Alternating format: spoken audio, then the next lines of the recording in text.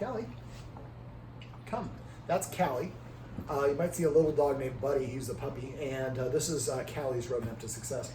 Got a hair in my mouth. Cali, I showed Cali's guardian a touch exercise. Cali. He's like, I'll come and take it. So we'll wait for her to kind of figure it out on her own, and I'll try to do one in front. And I have videos on my website on how to do this. But basically, it's something we do with a lot of shelter dogs, ironically, and she's from a shelter, and her guardian volunteers and helps at a shelter. But a lot of dogs will cower in the back of the kennel. And touch exercise is basically chopping your hand. I'll actually show you here with him, so it'll be easy to see. Well, unless Cali wants to come over. You want to come over and get one, Cali? So what I do is I chop to the side. When he touches with my hand, I move my hand over there and I say the word touch. And once I chop, it's frozen. A lot of people are like, chop and then come back here. Now the progression for this is turn, lean, step, steps. So first of all, you want the dog, you're chopping on either side of the dog's head, and all you want is just a little bit of a turn, then a lean towards it, and then a step. Let's go ahead. Touch. So this is a great interactive game because it allows the dog to come and engage when it wants to. This is what we do with a lot of shelter dogs, to teach them to come up and touch people's hands with the gait, looking to adopt, as opposed to cowering in the back. And I'd really like to get Cali's guardian to teach her some new tricks or commands. She seems to be a pretty smart dog, and just like us, the more skills that we have, the more comfortable we are. Now, I've been here at this point almost about 6 minutes short of 3 hours. I have not tried to pet her once. A lot of times what you don't do is the most important thing when you have a fearful dog. Most people want to pet the dog and show it, I'm a good person, look, I'm here, I'm petting you.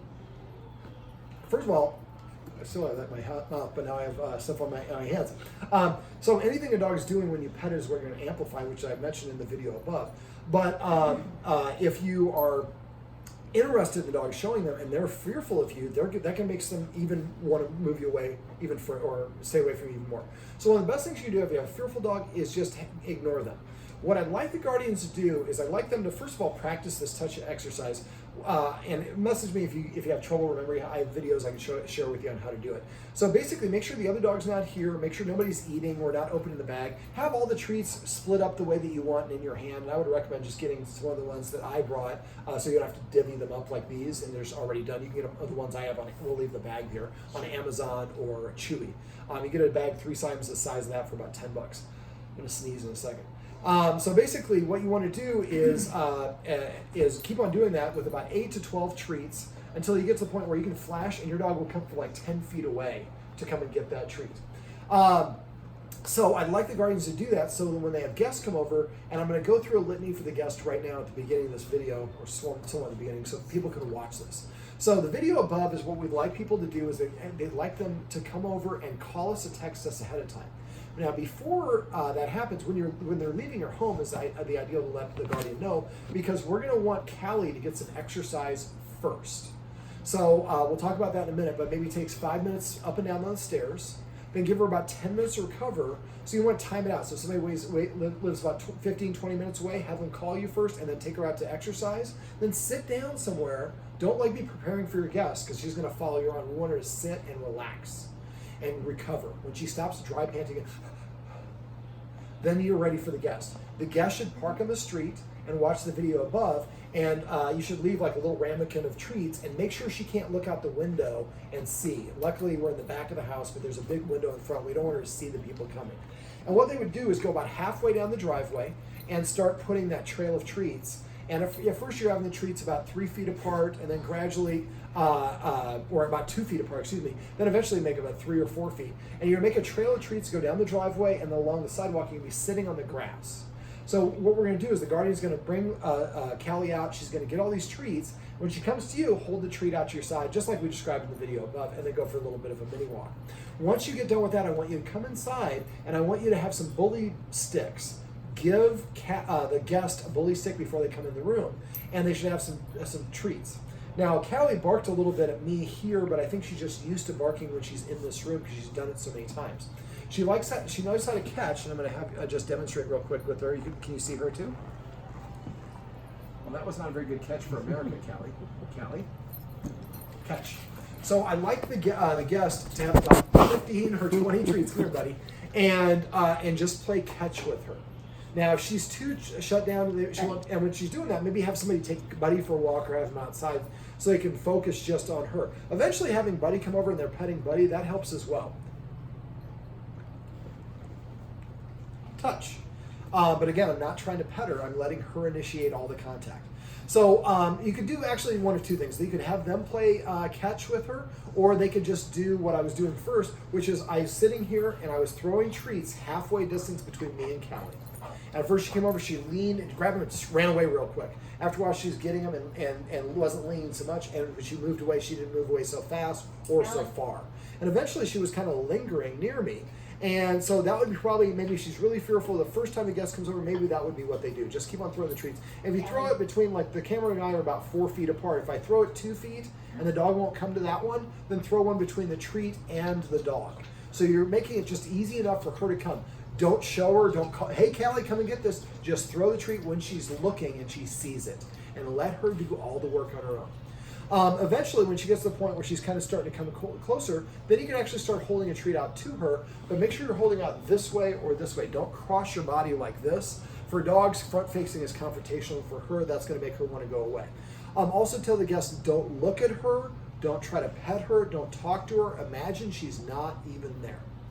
So eventually, when she's kind of lingering about this close, then you want to pull out the treats and hold it off to your side, and then the dog comes over and licks it off your hand.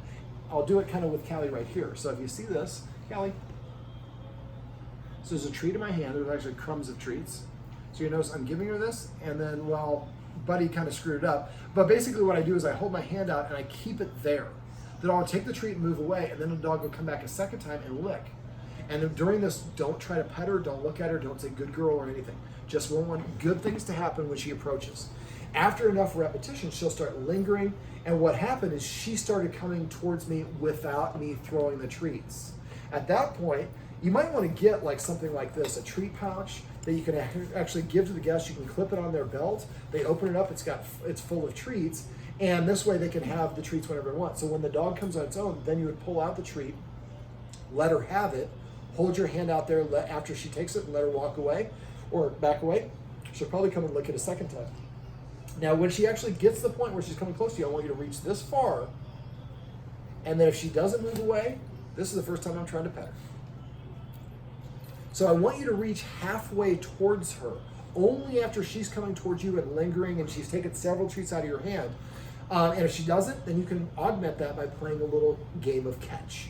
So maybe, just pull out like 15 treats and do a couple, and then wait a minute or two, do a couple more. Playing hard to get works great. So if you're just delivering them nonstop, as soon as you're done, she walks away and she's done. We want to kind of be, I want to say Spartan about it, but we want to use them strategically. I went through an entire bag of treats here with Callie, but now you saw she's coming towards me, which normally she doesn't do. And her guardian, I knew was very pleased when she was like, oh, she came and she licked his stuff. But those are the little steps that we like, and so I appreciate that because this guardian is going to actually appreciate that. A lot of people those things go over their head. So the idea is eventually she's coming over, she's lingering on her own, and you're giving her treats. When you reach to pet her, again, reach very slowly, move your hand like you're underwater, and stop halfway distance between her and you. If she turns her head to the side or backs up, that is her way of saying, I would prefer you don't touch me right now. And if you listen to that and pull your hand back, that's going to make her feel comfortable enough to do this sort of thing. So now she's interested in me. She wants the treats because I've given her a whole bunch of treats, but I haven't pushed her boundaries. And most importantly, I'm letting her do all the work. She approaches me when she wants. I create a scenario where it's enticing to do so, and when she does it, she gets rewarded, and then she gets to move away on her own accord. So it's going to take practice, and you might have to have somebody come by 2 or 3 visits before you can achieve this. Now, a great way to do this would be to do this with neighbors if you get along with your neighbors, because they're really convenient. And those are also the people that she's going to see on walks. So if we create that positive association, that can really help. Now, if you're in a new house, the guardians here are going to be moving with Callie. And so going to, when you go to your new neighborhood, look at that. And try to pet under the chin. She just kind of offered that, so I took it. But when you go to your new neighborhood, I mean, I like to go. I mean, we have new neighbors. I buy them brownies or whatnot. But I basically go and meet everybody with my dog. People are less likely to call the Humane Society, or kids are less likely to tease dogs that they personally know. Now, for Cali, you would maybe bring over your puppy because Buddy doesn't have these problems. And then just say, and we have a really fearful rescue dog. And actually, if you like dogs, we're trying to help her know that people are good. If you're ever interested, we'd love to have you meet her. We have a kind of a special way to meet, though, because she's so scared of dogs. Most people, well, what can I do to help? And you'll see people who want to help. Those are the people you want. People you have to ask for it. Just thank you, and yeah, we'll set it up sometime, and just never follow up with them. People really want it. We want people who are going to want to do this. Also, people who are going to listen. Everybody is a dog expert because everybody's had a dog. I actually am an expert because I get paid for doing this. And a lot of people do the wrong things. They pet the dog way too early. Petting her when she's fearful will be bad in all sorts of reasons. So basically, we want to just help her feel comfortable. And so again, like I talked about earlier, she's initiating the contact. Can you sit? Now, if she sits or lays down near you, that's a good indication. She won't sit or lay down near me. And again, it's just because of how long it's been and that she's acting fearful. Now, the guardian does have problems where people don't listen to her and they say, please ignore her, don't look at her, and then everybody just goes and pets her anyways. So what I recommend the guardian do, and don't do this in an abusive way. The guardian here, I know, volunteers, she's not going to do that, but some people watching this might get the idea. Don't take advantage of this, because people who need service dogs, the quality of life improvement is amazing. Get her a service dog in training vest. They have a vest, you just have a little Velcro, you get training or service dog or do not touch or whatever. I would just go on and say service dog in training.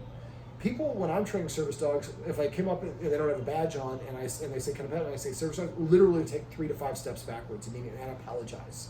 That's going to help her a lot. So when she does that, so tell her to sit. Sit. One time. And now lean back on the couch. So basically, she was nudging, which we like because we want the interaction. It's probably a residual from the touch exercise we just did. But then the guardian gave her a counter order, told her to SIT, and she didn't do it. Now, if you want her to get off, I would just stand up, and that'll eliminate your lap. She's kind of going across here. And then grab a seat again.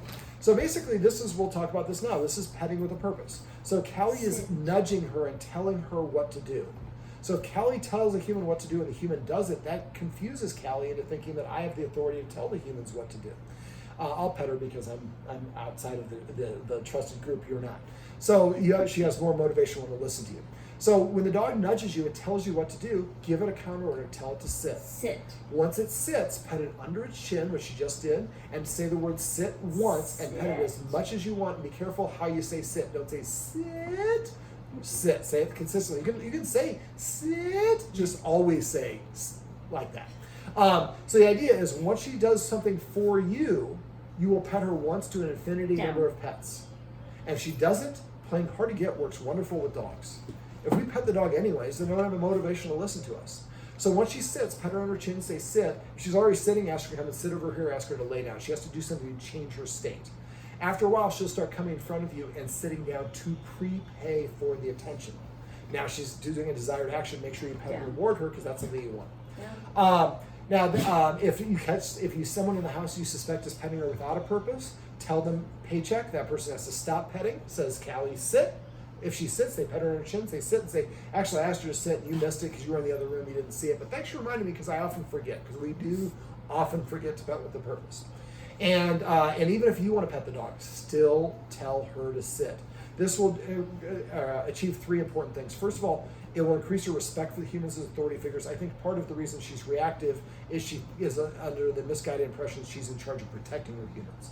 The more their humans enforce rules and show that they're leaders, the less she feels she needs to do that. So it'll boost her respect for the humans, number 1.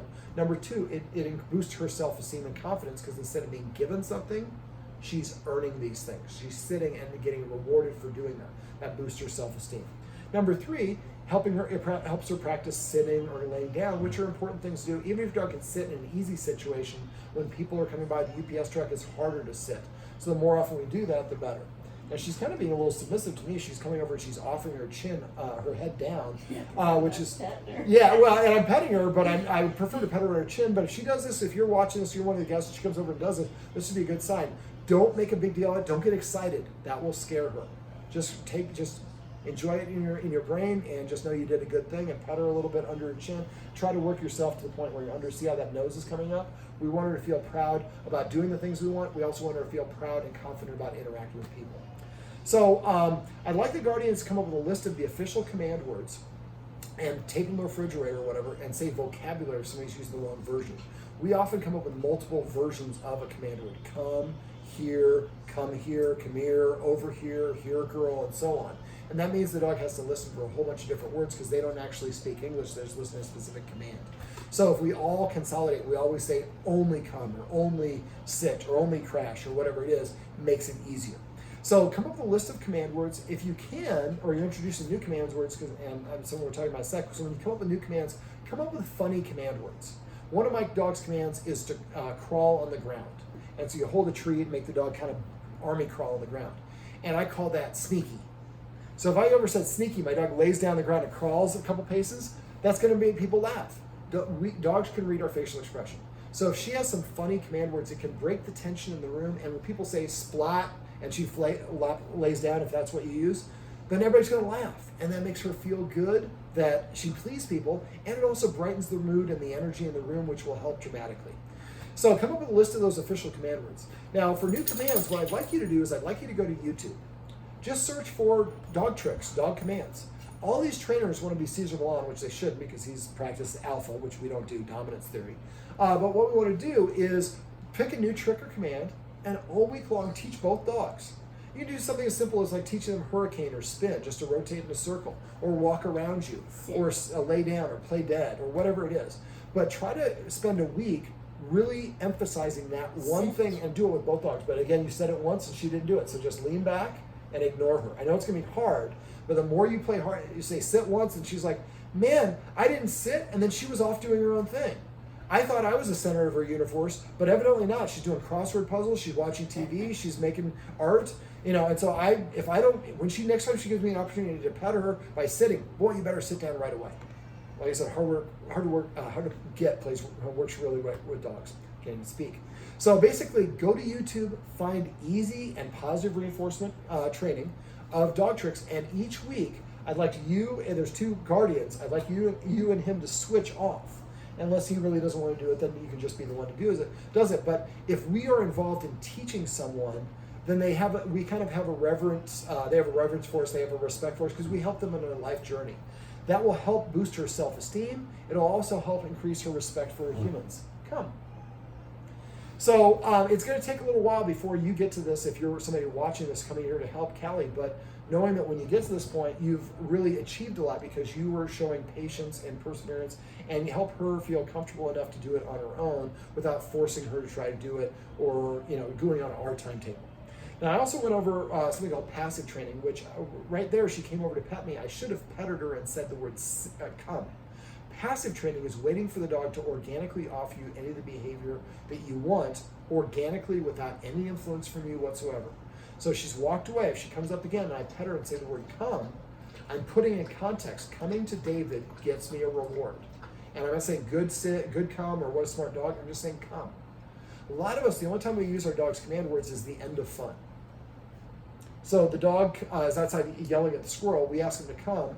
They come in and we close the door and they're like, well, my fun is over. I was having a great time. I listened to you. I thought it was just a quick, hey, how you doing? I go back to yell at the squirrel. But no, now I can't yell at the squirrel. So next time, I'm less likely to do that. Sit. Now, I just saw out of the corner of her eye, there was a little bit of a sound. It shuddered a little bit. That's cortisol in her blood, which I'm sure she has.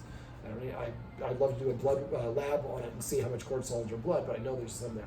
So right there, pet her and say sit. She just sat down off camera.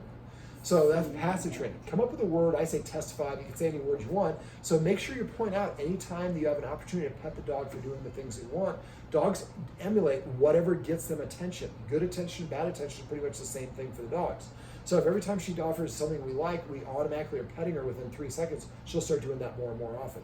Now the puppy went and peed on the dog bed a little bit over there, and the guardian went over and pointed it and said no, and then took the dog outside. She didn't rub the dog's nose in it, she didn't yell.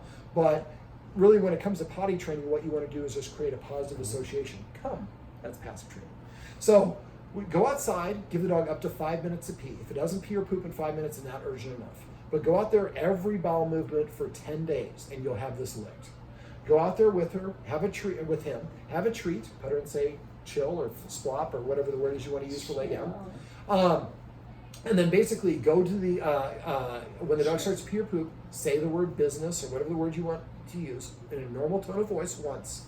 When the dog gets done, crouch down. When it comes over to you, pop the treat in his mouth and say the word business a second time. And then come back, and then you can go back inside. The more that we pet the dog for a purpose, the more the dog will start offering us the behaviors that we want. The more that we reward the dog by marking the command word when it's peeing, and then we reward it afterwards, makes the dog think, I will dare not pee in the house. This stuff is valuable. If I do it outside, I get a reward. And now the dog will go sit at the door as his way of asking, or go to the door as his way of saying, I want to go outside, or protesting and being fussy.